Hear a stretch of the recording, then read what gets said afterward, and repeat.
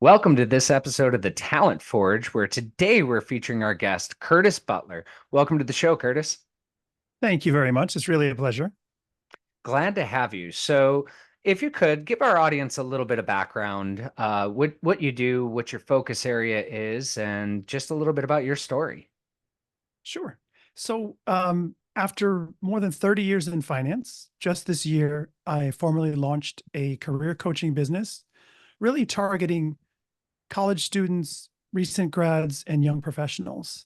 Something that this kind of coaching and mentoring is something I've done throughout my entire career. It's actually something I love to do. And I've done a lot of it in my free time with students from the schools I went to, but also anyone in the firms I worked with who just needed a little bit of extra support or maybe some advice. They could always count on me to keep it confidential. And I just enjoy helping the whole team rise. So I figured, let's turn that passion into a profession.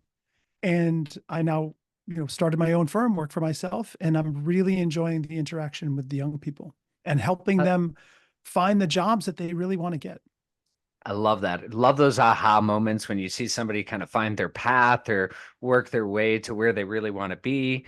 Now, let's talk about that experience because with working with young people, and a lot of people sometimes would think maybe just young people, but I think this really spans the entire range of adulthood, right? We don't always know what we want to be. We don't know what we want to do tomorrow. We don't always have a clear sense of goals in mind.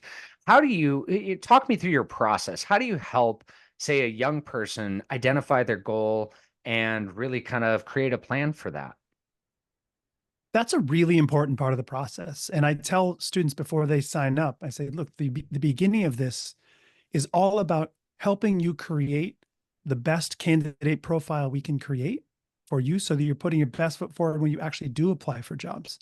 The challenge is that people go out and apply for dozens of jobs without really making sure what they're putting out there is the best version of themselves. So we work on that first and foremost. Basically, what kind of story are you telling through your resume, your cover letters, your interviewing? And a huge part of that conversation is, okay, now that we've got you pretty dressed up pretty well, what is it you really want to do? And to exactly to the question that you asked, I find a lot of young people today, and it may be true later in life as well when we pivot, but a lot of young people today are pursuing paths that someone else told them they should pursue, or that their friends who are a little bit older have been successful at. So they think I might as well do that. And they don't really have this really strong sense of what is their own passion, where do they really want to go. So when I start with a student or a recent grad, I said, look, take money off the table. Assume that 10 years from now, you're going to be doing just fine. You're going to be able to take care of your family. You're going to have a nice car. You're going to be able to take vacations. You're going to be able to start saving. Take that off the table completely. Where do you see yourself 10 years from now? When you're talking with your friends, so you're out on a Saturday night, just your friends, and you say, when I'm 30, I'd really like to, that's what I want to get to. And Mhm. so where's the real passion? And then the ideal is finding the nexus between that passion and where their talents lie. If you can find that sweet spot, you're on the right path. And that's where we start. Sometimes the skills and talents don't match the passion. Sometimes the passion isn't quite there, but the skills and talents are obvious. Maybe the passion will come. But that is really the starting point with every conversation. And many times students are surprised by their own answers. Well, and I love this because, our audience being coaches and trainers, when they're thinking about helping their teams set goals or even their participants set goals, I think a lot of times, the passion for the job or finding that passion and then applying your skill set to that passion can be a really, really promising pathway forward to finding purpose in your work. What's the experience like as you help that young person navigate? What are some of the stages maybe that they go through? Because you mentioned, they may be surprised. What are some of those stages that they may go through that we can watch out for as a trainer or a coach to help us navigate to make sure that we're on the right path of training and coaching in the right direction?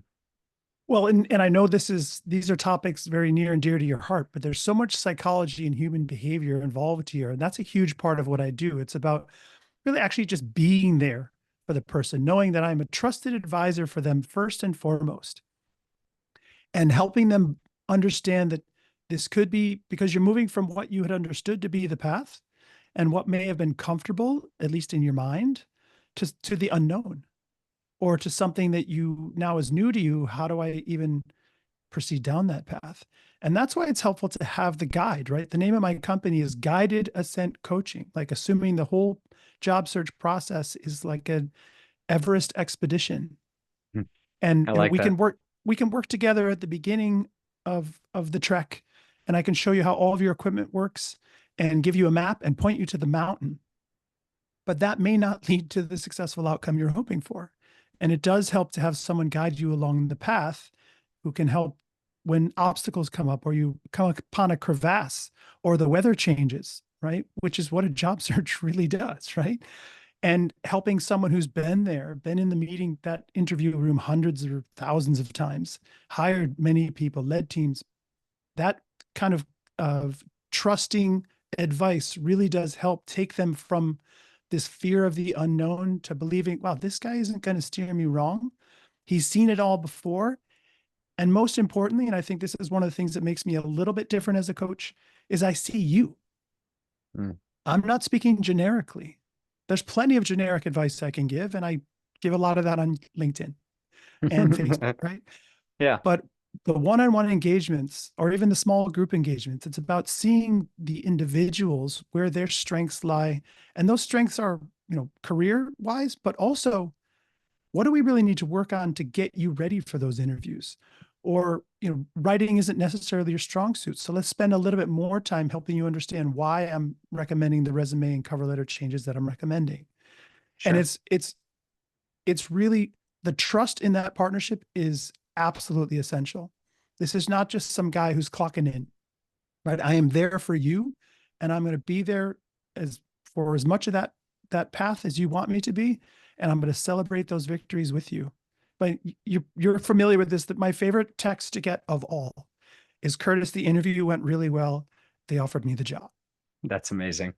Well, and I think what you're speaking to is something so important for trainers and coaches and HR managers and managers alike, right? Like when you're walking into a space, whether you're training a large group, a small group, whether you're standing on stage, some of the people in the audience are going to be sitting there and going, "Great, you're here for a couple of hours, you're here for a half day, you're here for a full day, and then you're going to be gone, and I'm going to be left with a mess, and I'm 8 hours behind." But when Right. you're building that sort of like relationship and you are positioning yourself as that trusted guide.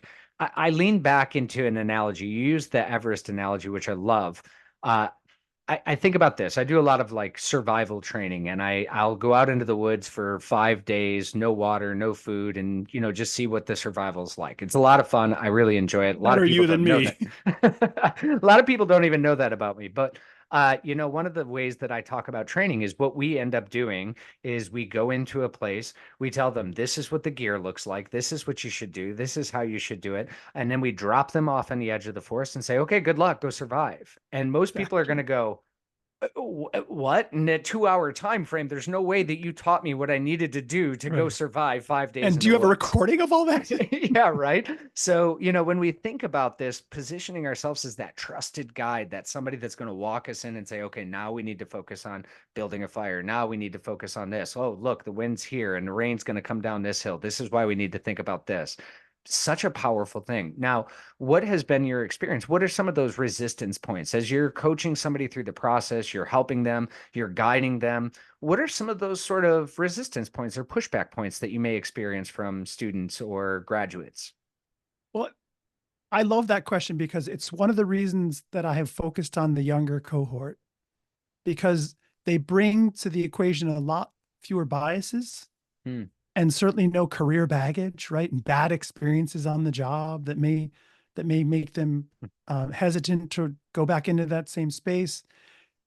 Students tend to be much more open. Young people in general, I find, are more open to the advice of a veteran who Okay, cares about them because that makes sense. I work with career centers all the time, and they say, you know, alumni come around all the time, they give talks, but it's like you were saying before, it's good advice, but it doesn't feel like you're really in it for me.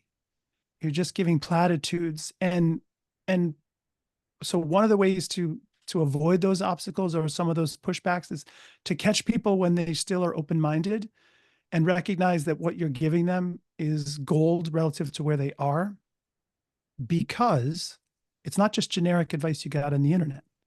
It's I'm seeing you, hearing you, seeing your resume, the way you present yourself, the way you speak, the way you write, the way you talk about your passions, the way you talk about things you don't care as much about. We are really homing in on you in the future. So I think that helps avoid a lot of those crevasses and obstacles in the way. I will say though that, and I talk to parents in every opportunity I can get, the best thing that parents can do for their children who are young job seekers, college students looking for internships or full-time jobs, is not to add pressure on top of what is already remarkably anxiety provoking, which is that job search and the ticking clock of graduation. And I've talked to students whose parents just say, look, you have a coach or you don't have a coach, but I trust you. You'll come to me when you need me. We're not going to put extra pressure on you. We're here if you need us. It's remarkable to see the difference between those two young people. One is completely overcome by fear, and the other is more relaxed about it and can become, generate more of a sense of confidence. And you've experienced this through what you do with podcasts. Nothing comes across a screen more easily than anxiety and nervousness. And that Mhm. is not a recipe for a successful interview. So much of what I do is confidence building, like a good therapist or counselor, right? It's reminding them how special they are. I just put a post today on LinkedIn talking about how incredibly special and impressive college athletes are, student athletes. They have two full-time jobs. They're Yep. remarkable and they don't know it. I was a They don't know how debater. special they are. I was a competitive debater in the university and did that for scholarship. And quite frankly, I ended up having to give up my hockey career, and my grades suffered because I put so much energy into that, plus having a job, plus trying to live, plus trying to do all of the other things. Yeah, I feel that. And I think one of the things that really kind of stood out to me that when you were talking was when I was younger in my career, a lot of people would ask me, "How did you build up this training company?" or "How did you do this? How did you do this?" And I would speak from my experience. And what I realized was my skills, my networks, my abilities were very different than the people that were not better, not worse, just different. And my Unique. upbringing was different. Yeah, exactly. So me standing there and telling you how my pathway looked, maybe that's going to resonate with some people that maybe have some of those shared backgrounds, some of those shared experiences. But to the rest of the 80 or 90% of the people in the audience, they're going to go, well, I've got more resources than you, or some are going to go, I've got less resources than you. And that really doesn't land with me. And I love that concept of really kind of meeting people where they're at. That's what I'm doing with my coaching with trainers and coaches right now is each session really working on what is your biggest challenge? What's your issue? Um, to hear that the students are more open and they don't have as much of that baggage and resilience or resistance is so empowering. I'm glad to hear that because, a lot of times when we find ourselves in adult training situations, there's a lot of people, we've tried that before, we've done this before, Yes, this doesn't work, or et cetera. And that can be really frustrating as a trainer or a coach. It's just like, yeah, but you didn't try it right. that's So, right. And yeah. it's so interesting what you mentioned about your experience being applicable or not applicable. I had a student reach out to me on LinkedIn, which I encourage everyone to do, right? A simple LinkedIn, when you're trying to do your networking, and just ask for 5 minutes. Don't say let's meet for lunch, right? 5 minutes. But she said, I'd love to hear about your career. And I wrote her back, be happy to talk to you. We're not talking about my career. We're talking about yours. And she signed up with me right away because she said, that's how I knew you were different. It wasn't Yep. talking about what you've done exactly to the point you made. That worked for me. And my combination of talents and frankly luck, all those things that have happened that have nothing to do with you. I want to talk about you. Well, and that's a big challenge that I see with a lot of professional speakers. They get up and they tell their story, which in many cases is so inspiring or so empowering, and people leave there and they're like, "Oh, I'm ready to take on the world." And then they realize they don't have a map, they don't have a game plan, they don't have a goal. They were like, "Wow, this person overcame incredible odds."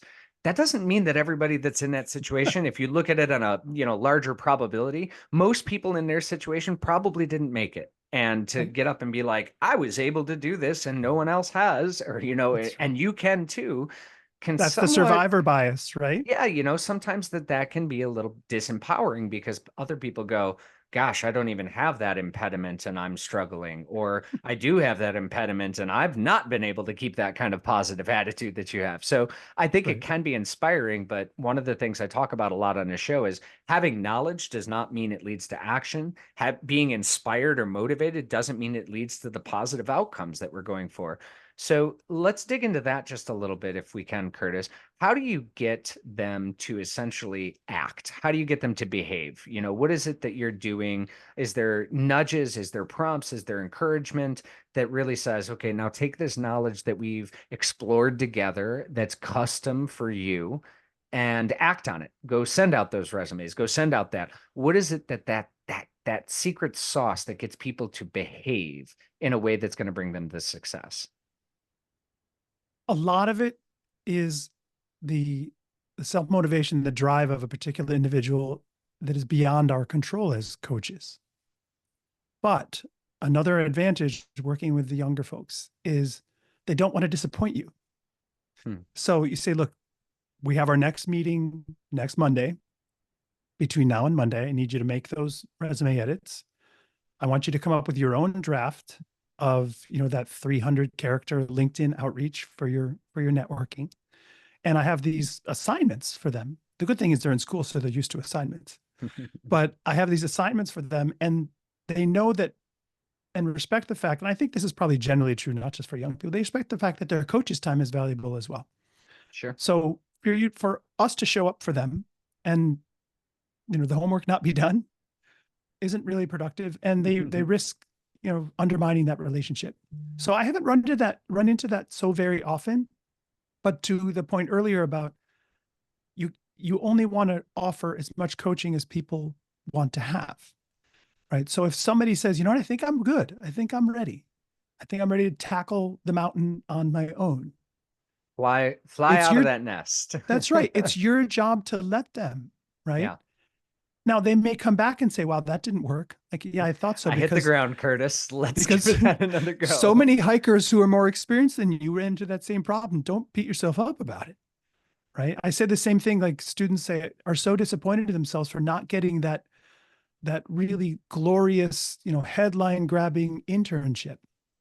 Yep. And I say, you're one of thousands of candidates for that specific job who's telling the same story. So be kind to you, right? We're going to find something that's appropriate for you. Don't you worry, right? Because as I said, worry is the enemy of the job search.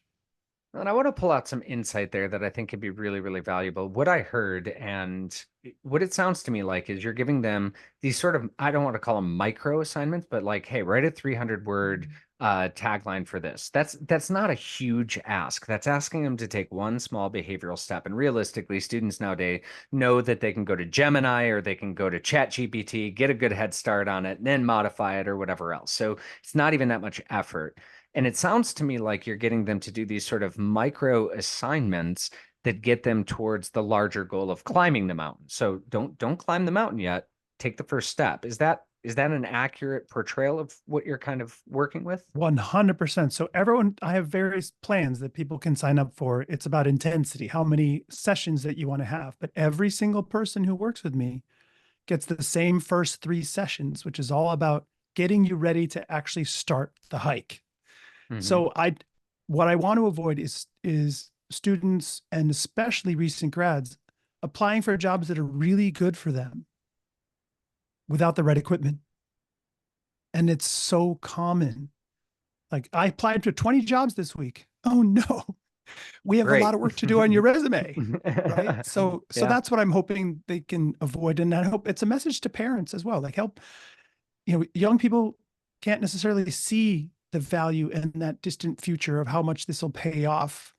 Even if your coach can save you 1 month of a job search. If you're going in finance or engineering, that's $100,000 salary. 1 month is Yep. more than $8,000 of money earned or not earned, right? Yep. And my plans are far less expensive than that. So, but I think it's really important that everyone has that basic skill building, so that they not only have the right tools to apply for a job, but also the confidence. So important is it to a job search. I talk about there's going to be a book eventually, but a huge part of my coaching, and I think this will resonate with a lot of your coaches and trainers, is about helping young people build confident humility. Hmm. To me, it's the absolute key to a successful job search, especially a successful interview. The confidence of being able to share and convey that I have the skills required to do this job and I'm the right person for this job. But the humility to recognize I'm still young. I don't have a lot of experience. I have a ton to learn. I would love to learn it here. And I, that is a hiring manager's dream. sure. I I love that confident humility. And part of the reason is so often, and this happens pretty perpetually. I'm invited to come in to give a talk to a sales team about sales. And some of my first questions right up front is, how long have they been salespeople? What's their experience? Have they had good years? What does a good year look like for them? And I get some of that information because most of the time when I'm asked to come into sales, what is the business objective? They want more sales. If I'm looking at your sales team and collectively they've got 100 years of experience, they've all had great years and sometimes they have slump years. You're not asking me to come in and do sales training and sales techniques and how to write an email and how to cold call or anything else like that. What you're asking me is help them find their confidence, help them overcome whatever their personal barriers, because salesperson A's barrier is going to be very different than salesperson's B barrier. Maybe they're in a slump. Maybe their scripts are out of date, or maybe their approach is just they've been rejected too many times and it's starting to burn them out. So maybe we don't need a sales training. Maybe we need something for burnout, or maybe we need something for confidence. And so I love this concept of building that confidence because most cases, and I say this, most cases, especially when it comes to soft skills, people know how to manage conflict. They know how to manage people. They know how to communicate. They know how to do these things. Yeah, there's always tips and tactics, but in reality, sometimes it's just a question of giving them permission or giving them the ability Right. to say, you're on a journey. You know these skills. Here's a couple new tactics, but here's the confidence that you need to implement these and trust that it's going to lead to the outcomes you want. I Right. love that What's confident limiting humility. you? Yeah, Right. In these exactly. four walls, you can tell me what's limiting you because together we can get over that. And Right. when we create that sort of customized approach to those individuals, yeah, they feel empowered, but it also, and I agree with you, Curtis, that is that sort of key to behavioral change. So, we try to, as we're looking at this, what advice, and, we'll kind of wrap this up. And I love asking this question sort of at the end. What advice would you give to those coaches, those trainers, those HR managers, even the managers or mentors in an organization? What advice, something that you've picked up along the way to really be that effective agent for behavioral change? I think of a few things that come to mind that are extremely important there. Number one is you have to gain their trust before you can really serve them. So you gain the trust if you're the manager or if you're a coach over time through the relationship. And part of gaining that trust, and I think this is going to be the hardest part, I've experienced this in my career through other managers and leaders, is the challenge of giving proper constructive feedback and Mm, very frank feedback sometimes because it's a risk. You mhm, don't want to say something that somebody might take the wrong way, right? You don't want to sound like you're judging them. But what I've found my entire life and certainly my whole career and in my coaching is that I will say the thing to a student that no one else has said before. I have said, for example, here's something we need to work on. You talk at 1.5 speed. mm. We need to dial that down. It's distracting. It's actually irritating. You and I will work on that. I'm not just Let's get telling that you down to that and walking. 1.2. Yeah. I'm not just saying that and walking away. We are going to double up the time that we spend practice interviewing. You're going to put a post-it on your screen that says slow down. Mhm. And you'll see it in testimonials on my website. One of these students said that was the key. I was getting no traction, but Curtis told me something that nobody else did because you have to be a little bit brave to do that. And the relationship has to be established. So I couldn't do that at a podium, pick somebody out in the audience, tell them you're talking 50% too fast. That would not go very well for either of us. But Right. in a trusted relationship, the entire goal is their success 100%. So if that's going to help them succeed, I'll take the risk and give them that frank feedback. And I think that's so important, right? Because you're building that relationship by standing next to them rather than being the prophet that's standing on top of the mountain and screaming it down. And, if you're a coach, if you're a trainer, really, what are you doing to focus on building trust with your audience, whether that's an individual, a small group, a large group, or even an packed auditorium of people? How are you positioning yourself as standing next to them rather than necessarily standing on top of them or standing over them? I love that. Any other thoughts, Curtis? Yeah, I think the only other thing is I think for me as a former leader and manager of teams, if you show proper compassion for everyone you work with and that they feel comfortable coming to you with challenges and the results isn't, oh, you should have done X. It's that kind of stuff happens. Let's move on from there. How do we pivot? And it's the same with the students that I coach. Something goes wrong in their job search. They come back to me saying they blew an interview. I say, erase, move on. That I can't tell you. You want me to tell you the 10 times that happened to me? Right? Just make them feel super comfortable being human. And from the vantage point of someone really experienced like you or me, you're going to get past it. You just probably learned a ton from it. It doesn't have to happen again, and it doesn't make you a bad person. So that the combination of the trusting relationship that allows for frank feedback, candid feedback, and the compassion to help them move on from struggles or failure. Because that's ultimately, if you learn how to take that resilience, if you learn how to take those setbacks and rebound quickly, and the next one's a success, that's the key to the confidence, right? And then, before the major interview that they're preparing for, what I love is we get really into the weeds and get them ready for that specific interview. And I say, how do you feel? He's like, I'm excited. Mhm. I'm excited for that interview. Not what you typically hear, but that's what that relationship can do. And that's amazing. And I think that's a universally powerful piece of advice, right? Like helping people navigate their failures, overcoming those objections, barriers, resistance, helping them understand, hey, the world doesn't end if we fail at this task. That's an opportunity to learn and grow, something I think that every coach trainer can take away from here. So thank you for that, Curtis. And thank you for joining us on today's show. I really appreciate it, Jay. I really appreciate the interview and the time. Curtis, where can people get in touch with you if they're looking for any kind of career coaching? What would be a good place? What social media or website or email, whatever you're comfortable with. We'll make sure we put it in the show notes, but go ahead. Sure. So the name of the company is Guided Ascent Career Coaching. That's a mouthful. Like I said, it's that Everest expedition. But you can find me on the web at www.guidedascentcoaching.com, or you can find me on LinkedIn just as myself, and there's a click link to the website. Amazing. Thanks, Curtis. We appreciate you. Take care. Thanks, Jay.